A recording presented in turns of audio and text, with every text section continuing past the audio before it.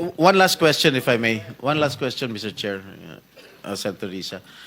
Madam Diskaya, saan nyo ba kinukuha yung mga kotseng imported, mga luxury cars? Ang balita ko, dun sa interview mo, binili mo yung isang Rolls Royce dahil nagandahan ka sa payong. Tama ba? Sir, yes po. Samantalang, ilan yung luxury cars mo? Nasa 28 po. 28 lang. Yes. Ano ito mga ito? Rolls Royce, Ferrari? I don't have a Ferrari. Ano yung mga luxury cars? Lamborghini? No rin. Cadillac. Saan binili? Saan binili? Sagutin mo na. Saan mo binili?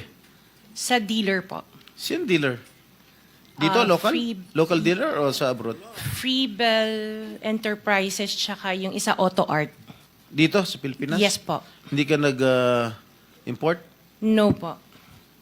Dito, may dealer ng mga Yes po. Rolls Royce. May dealer ng Rolls Royce meron dito. po. Ano pa yung mga ibang luxury cars mo? Yung anong tawag dito, yung Cadillac and the GMC. Cadillac Escalade, ganon? Yes po.